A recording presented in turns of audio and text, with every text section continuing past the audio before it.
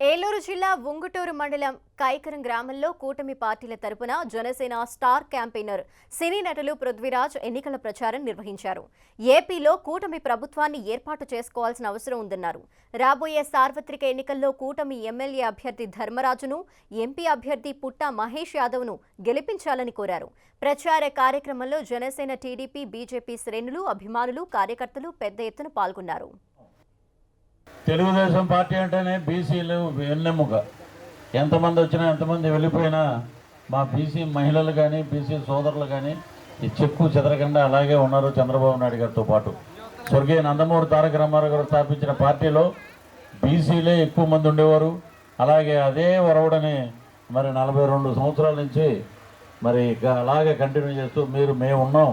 Telugu Desam party మరి ఒక్కొక్కసారి పరాజయం పాలు చెందిన ఉవ్వెత్తున మళ్ళీ పైకి లేపింది మీ బీసీ మహిళలు, మీ సోదరులు, మా తల్లిదండ్రులు, మా రైతులు, బడుగు బలహీన వర్గాలకు సంబంధించినటువంటి అందరూ, అలాగే కుల మతాలకు అతీతంగా తెలుగుదేశం పార్టీ పోరాటం చేస్తున్న సంగతి మీ అందరికీ తెలిసిందే.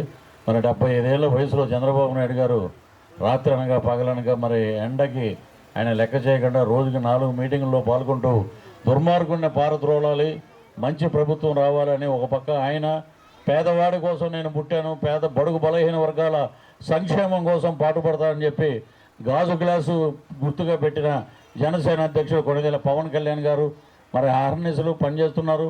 ఈ రాష్ట్రంలో ఎక్కడికి మేము దగ్గర సుమారు 32 రోజుల నుంచి ప్రతి నియోజకవర్గంలో తిరుగుతున్నాం. ప్రతి చోట బీసీ కాలనీలకు వెళ్తున్నాం, ఎస్టీ కాలనీలకు వెళ్తున్నాం. ఎక్కడికి వెళ్ళినా వాళ్ళు ఒకటే మాట చెప్తున్నారు, ఈసారి మేము విసిగి వేసారిపోయి ఉన్నామండి. ఈ బటన్ రెడ్డి పరిపాలన మాకొద్దు, మేమందరం సంక్షేమం ఏదైతే ఉంటుందో దానికే మేము పెద్దపీట వేస్తాం. ఏడాదికి 3 గ్యాస్ సిలిండర్లు ఉచితమమ్మా మీకు. అలాగే ఉచిత బస్సు ప్రయాణం. కొంతమంది ఉండరు మన సోదరులు కానీ లేకపోతే అమ్మ ఎక్కడ ఉన్నావు అంటే నేను ఇక్కడ పని మీద చాలా బిజీగా ఉన్నాను, విశాఖపట్నంలో ఉన్నాను, ఎక్కడ ఉన్నా ఏదో చెప్తారు వంక. వెంటనే మా మహిళ బస్సులో వెళ్ళిపోవచ్చు, ఆధార్ కార్డు చూపించి వెళ్ళిపోతే అలా ఆయన ఎక్కడ ఉన్నాడో తెలిసిపోతుంది.